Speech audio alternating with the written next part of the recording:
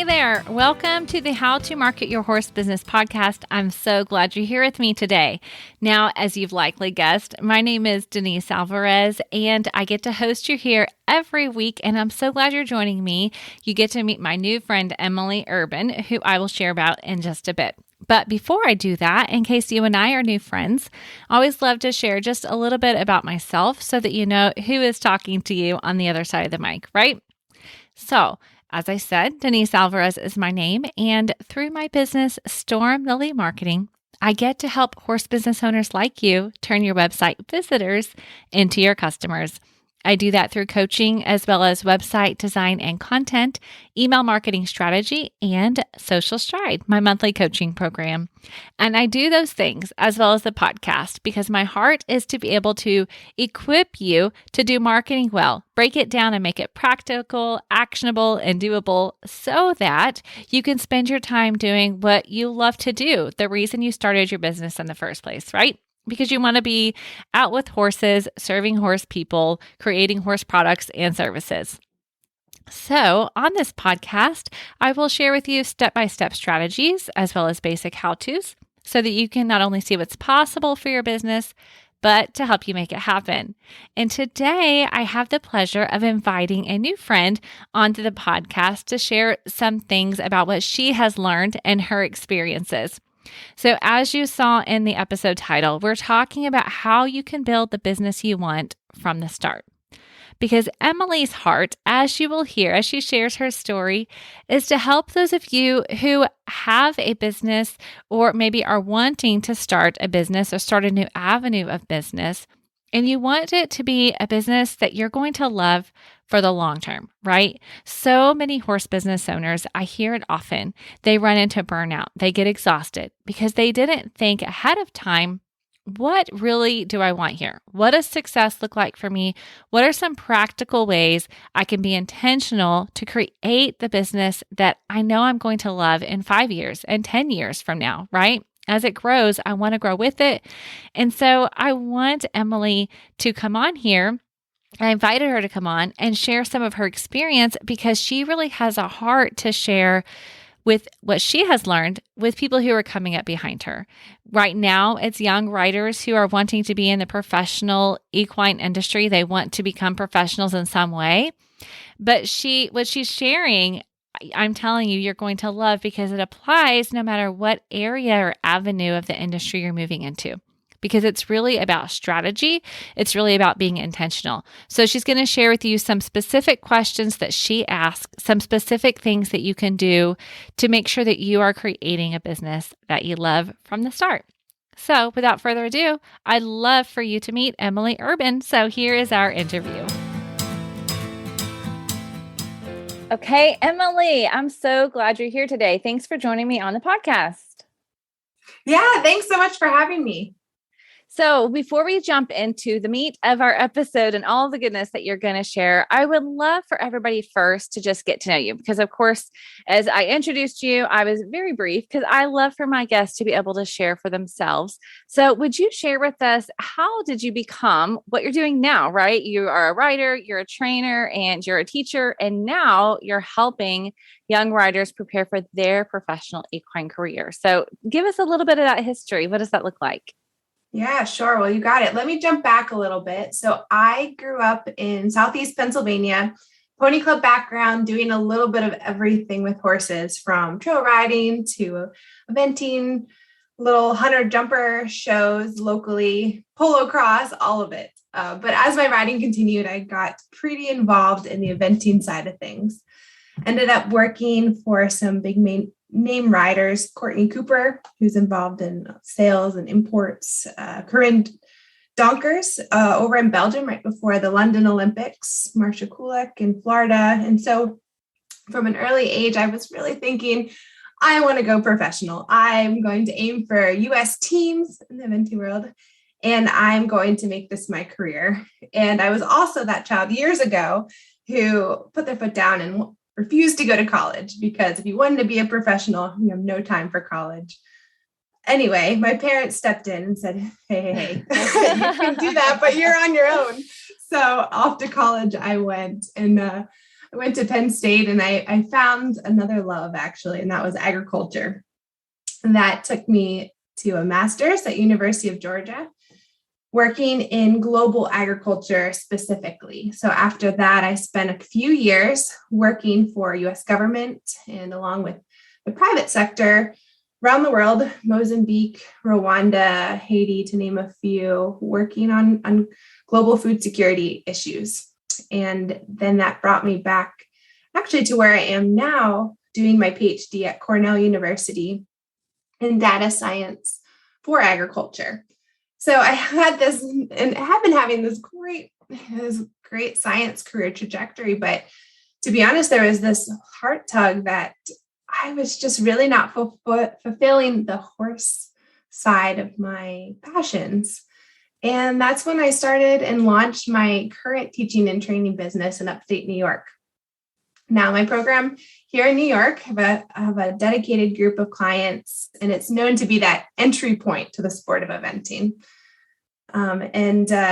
Really, really enjoying that. So I'm doing that full-time I'm doing that with my full-time science career.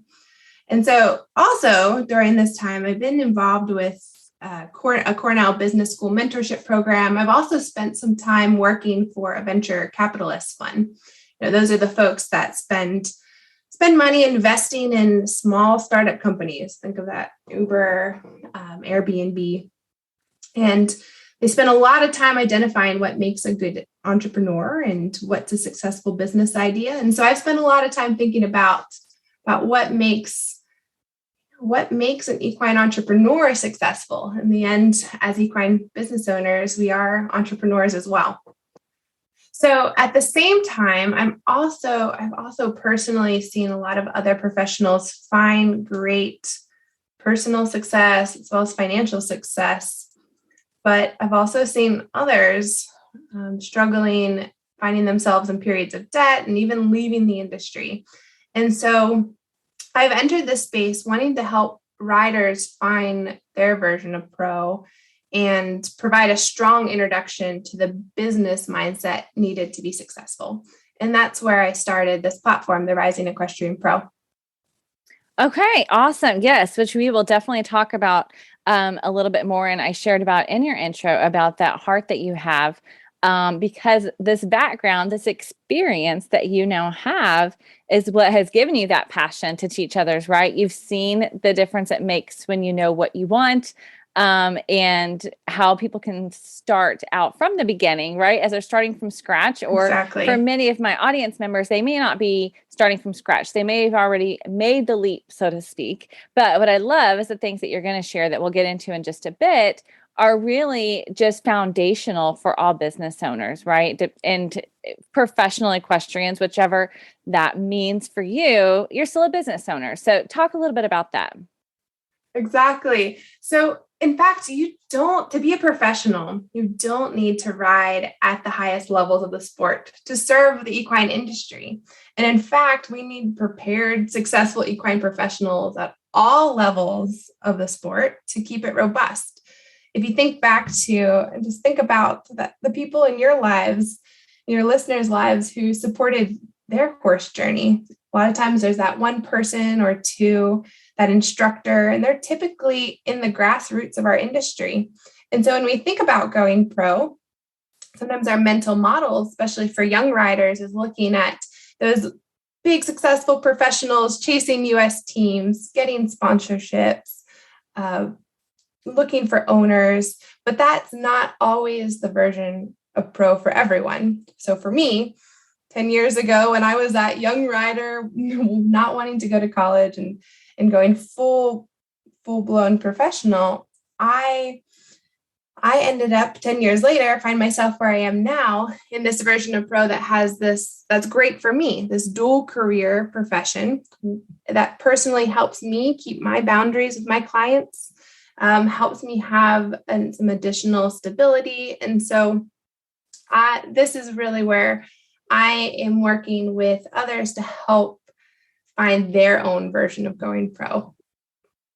Perfect. Yes. So I wanted to step into that for a second about that idea that going pro can look very different, right? So professional horse trainers, that may be their full time. It might be their side hustle, but they're still considered an equine professional, right? Or the breeders, or like you said, the riders, the Exactly. groomers. It can look so different. So the idea of going pro that you were talking about, what I love, and the things that you're going to share really apply no matter what niche you're trying to get into inside of the equine industry. And it will look different for everybody. And the business models, like you just said, may look different as well.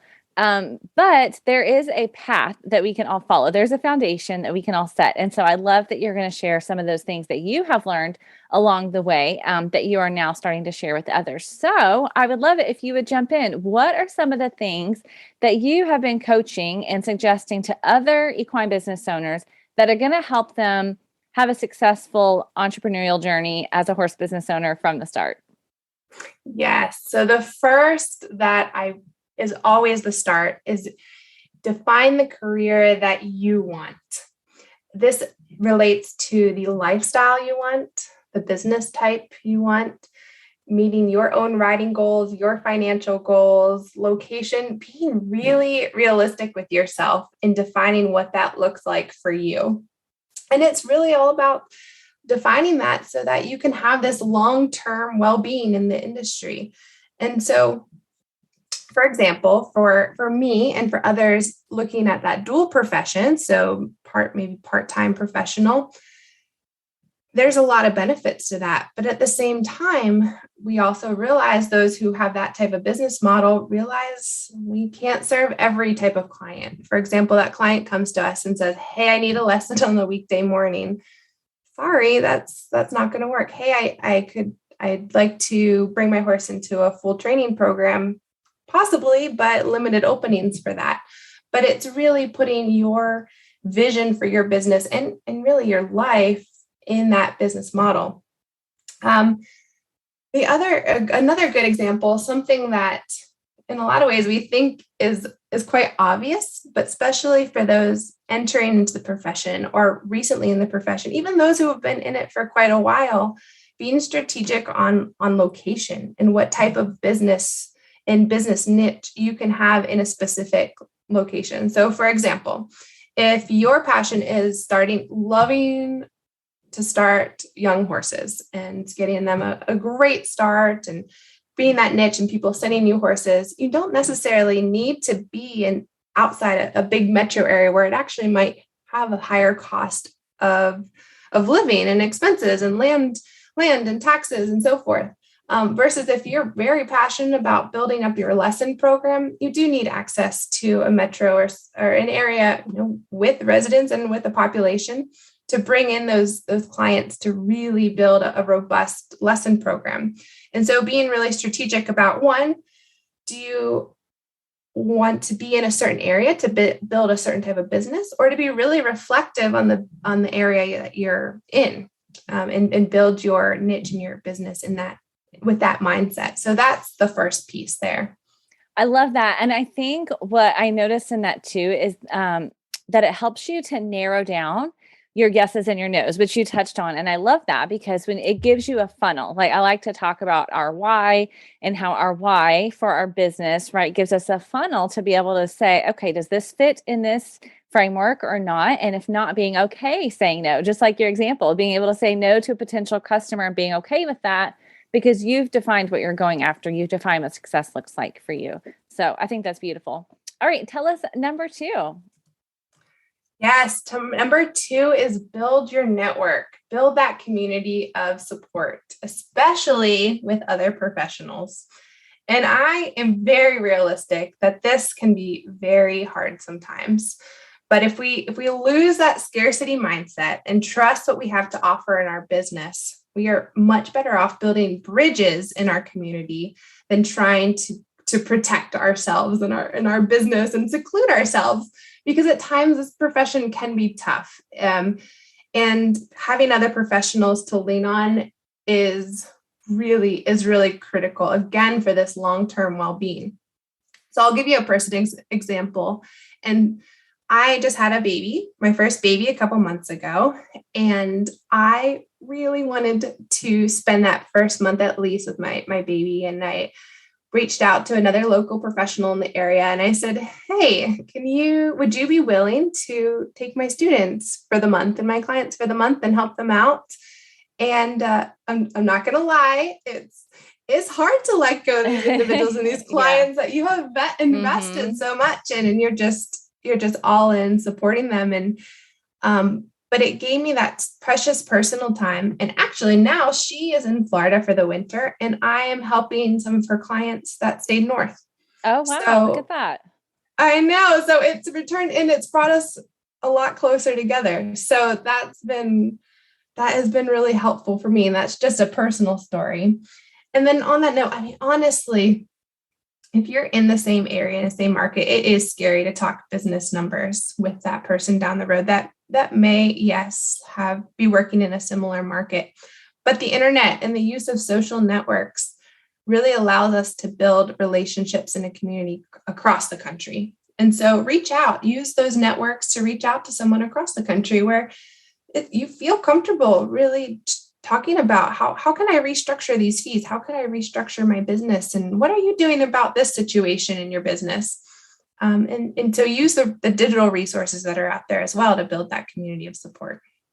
Yeah, I love that. That's such a great point about reaching out outside of your area if you're not comfortable, or it's just, and even the idea of comfortable and even it mixed in with some wisdom, right? Because like you said, we're all smart business owners. And so you can look online and see somebody's prices, but to really be able to talk to somebody about how they set their prices and learn from them, finding other successful programs that you want to model after maybe and reaching out to them. That's a great idea.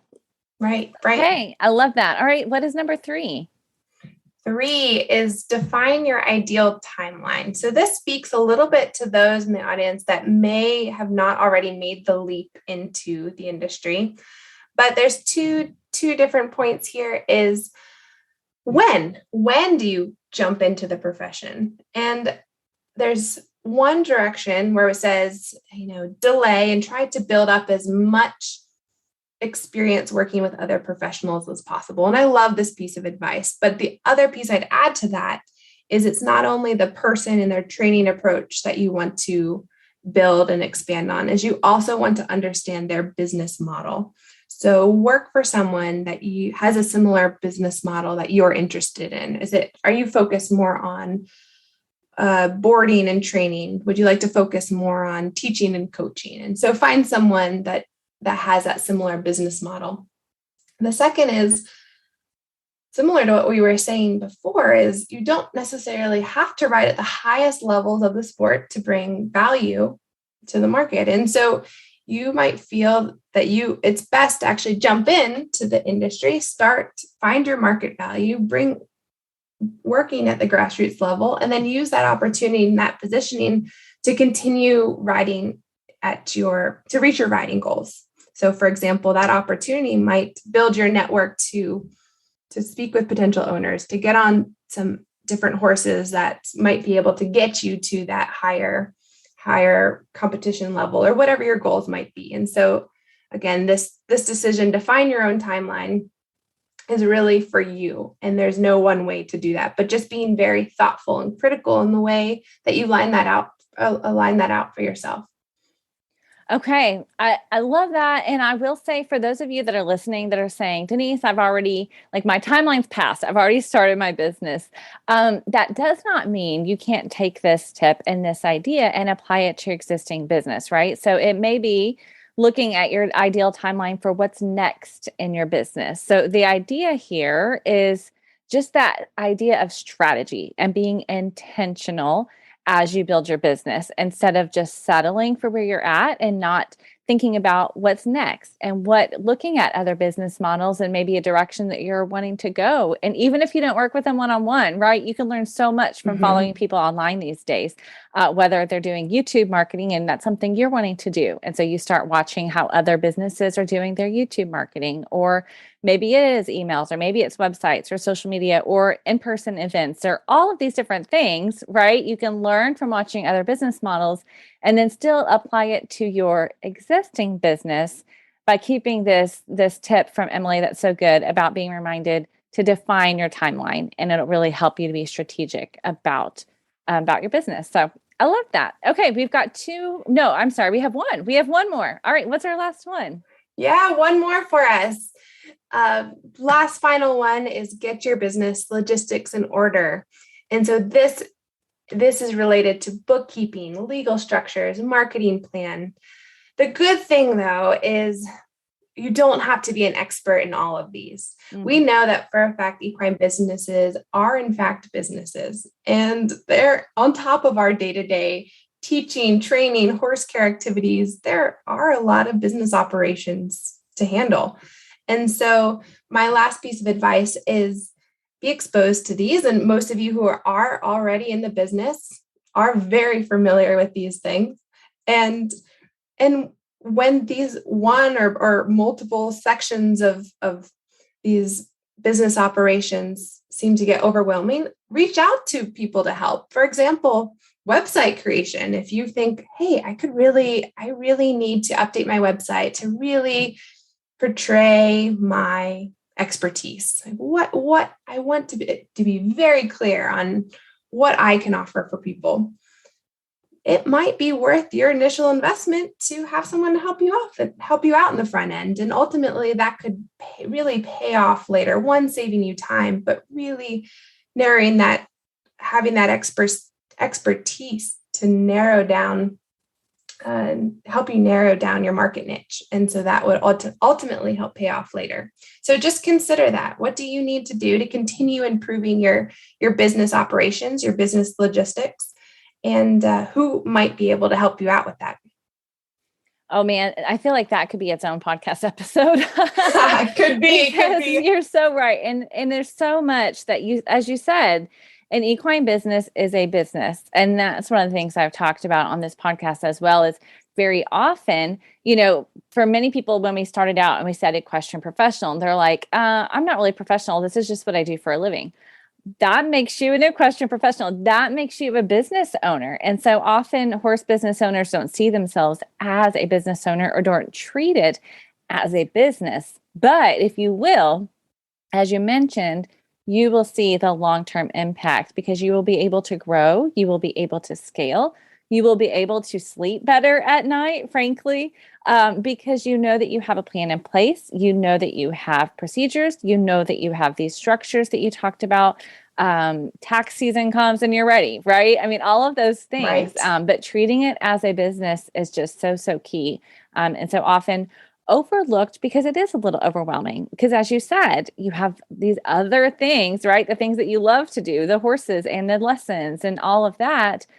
And then you're going, okay, I'm so tired. How do I figure this out? But it's so important to structure your day and structure your life as a business owner so that you can have a sustainable horse business long-term, right? Because that's the goal, to build something that you love. So I love these. Thank you so much, Emily. These were so helpful. And as we said, your heart is definitely helping people figuring out what does it look like to go pro? What does it look like to become a professional? But I knew that the things that you were going to share today would be for that audience, but also for those people who are already in business, to give them a sort of audit or checklist to look back and say, okay, what are some things that I could work on now that are going to help set me up for success long-term and later on in my business? So I really appreciate that. Is there anything else that you maybe want my listeners to know about how they can build their equine businesses? Well, thanks a lot. And I'll finish up with just this one thought. And like you said, this is really applicable for both those looking to go professional and those already deep in the business, is get rid of comparison and be steadfast to your values for both you and your business and what you have to offer to the market. I ran across an interesting statistic lately. The American Horse Council noted that roughly 17% of U.S. households in the U.S. own horses or participate in horse activities. So 17%. And I realize that's not all in our discipline. I realize the horse industry is extremely diverse, but this is a great place to find personal and financial success in the industry. If you are knowledge, which I'm sure you are, knowledge about what you're offering, fair, honest, organized with the business side of things. So strive for improvements with your business, but don't overwhelm yourself. I'll leave you with this: improve your business 1% every day. Just think 1% every day, and that will get you closer and closer to your goals. I love that. That's such really good advice. 1% a day. That's so good.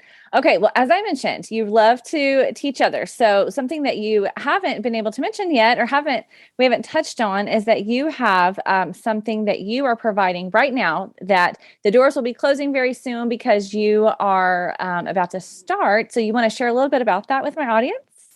Sure. We host the Emerging Equestrian Professional course that I think would be really applicable to many of your audience members or those that you know. This course is for riders or recent professionals looking to get that behind the scenes look of the business side of a successful equine career. So this is a live virtual course based around bringing in technical experts from the industry. So bringing in that expert bookkeeper, that lawyer, someone to talk about business strategies, marketing, and then combining this with honest, frank conversations with current professionals.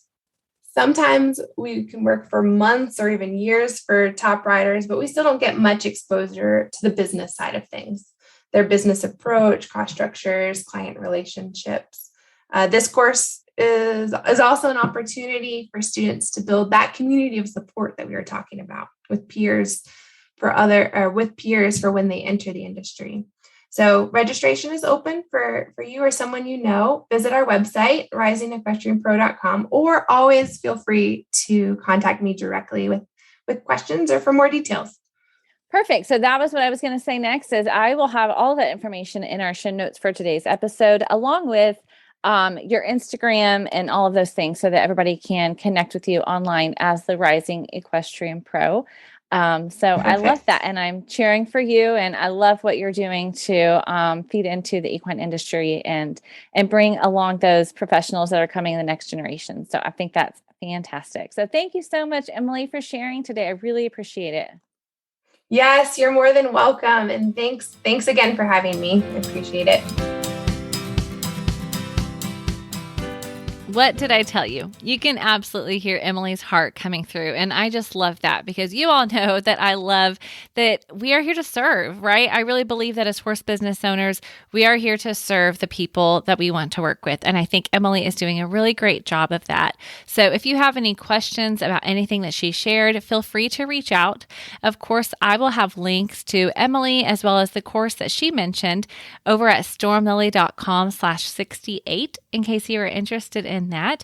That will also have a highlight reel of our conversation so that you can go and visit that information and connect with Emily online because I love to connect you all with each other. I love for us to support one another. And I think Emily's doing a great job and I so appreciate her. I'm excited. Actually, I get to be a part of her course and share some of the things that I've learned about marketing for horse businesses with her students. So if you do join her course, I will see you in there. All right. Okay. Thanks so much for joining me here on the podcast. I hope that it's been so helpful. And I will see you here again next week. In the meantime, of course, if this has been helpful to you, would you share it with a friend, right? Just send them an email, send a text, share it from wherever you're listening, and go on to Apple Podcasts and leave a review. Because what that does is it helps Apple Podcasts, believe it or not, to know, hey, this is getting reviews. This is getting reviews from these types of people that listen to these types of podcasts. So I'm going to share it with more people. I know many of you, that's how you landed here on this podcast because it was recommended to you inside of Apple Podcasts. And so if you leave a review, that really is helpful. It will help more people to be able to find it and get information that's going to help them in their marketing journey. All right. I'm so grateful you're here. I hope you will join me again next week. In the meantime, have an awesome day.